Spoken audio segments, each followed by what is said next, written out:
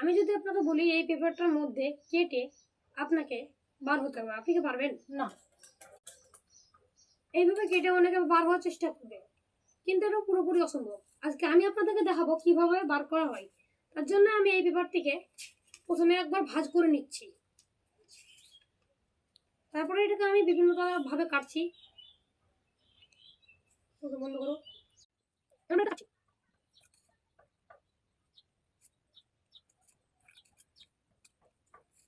এই পেপারটা আমি কাটা শুরু করছি।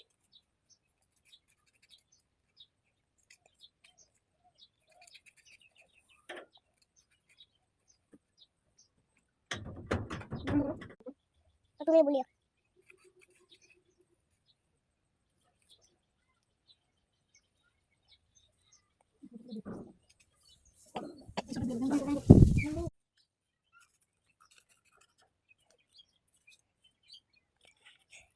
এইভাবে এই পেপারটা আঁকা বাঁকা ভাবে কেটে নিতে হবে।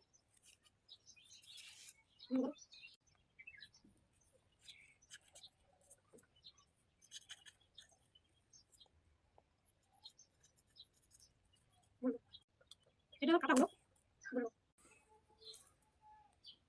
এটা কাটা হয়েছে। এবার এটাকে আমি সাজিয়ে নিচ্ছি একবার, যাতে আপনাদের দেখাতে পারি যে এটা ওই কাগজটারই কাটা অংশ। অন্য কোনো কাগজ এখানে ব্যবহার করিনি, একটা কাগজেরই।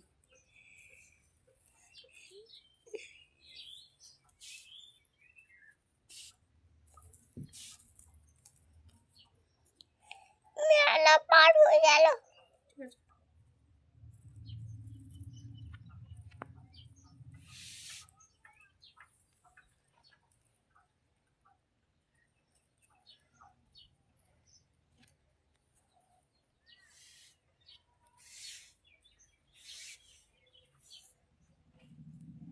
এই দেখুন, এটা ওই কাগজটারই কাটা অংশ।